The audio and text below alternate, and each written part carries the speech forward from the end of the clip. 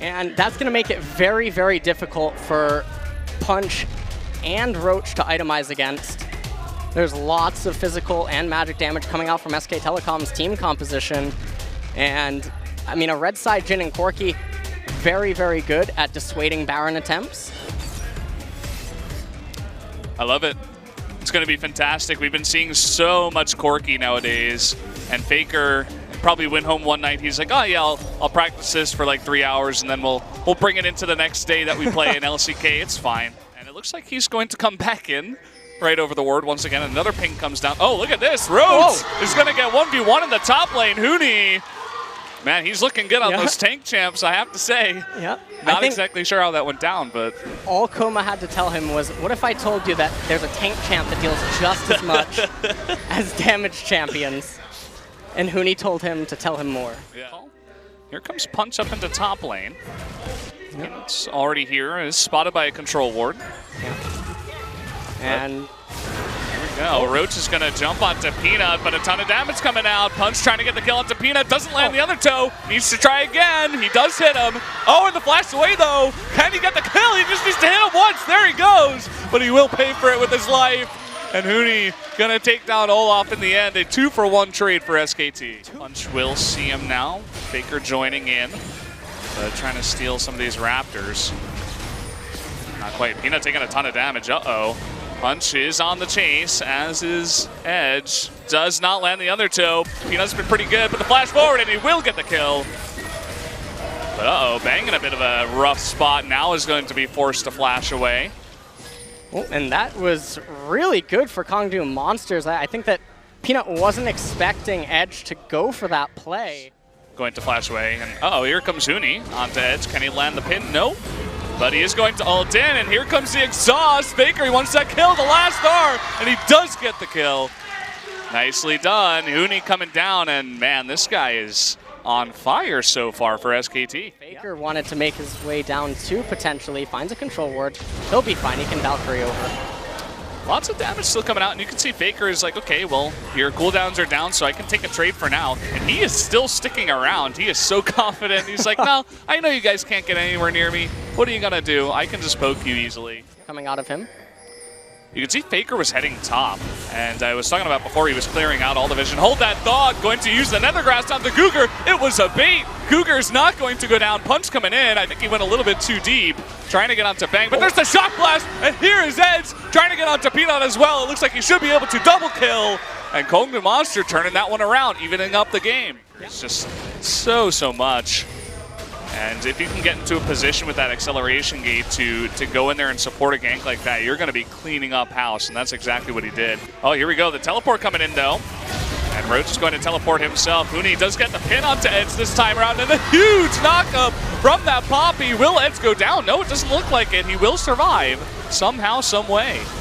Yeah, Faker just barely missed his ultimate onto Edge. And Peanut and Faker all coming in. Can Roach get away, though? Not with the flash Nethergraphs, that's for sure. This guy is dead meat. Down he goes. Going to give another kill over to Huni. Roach even going to exhaust, forces the flash out. And with Wolf coming in, perhaps they can continue to dive onto him. Prolific Visions, and there's the Nethergraphs. Going to follow up with that damage kill given over to Faker. Team composition are the ones that have them, the Corki and the Poppy Nethergrass. Yeah, coming in, and that's going to be a dead Cougar.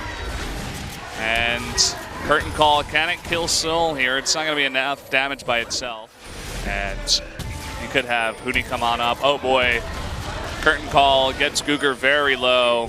And here comes Huni. He wants it, the flash away as well as the heal, but he's not stopping there. The huge ultimate gets both Cougar and Soul and Punch, and down he goes. Faker gonna get a kill. Uh-oh, Roach, you were not in the right position. He's gonna try to go in, gets pinned against the wall. Do they have enough damage to take him out? Yes, they do.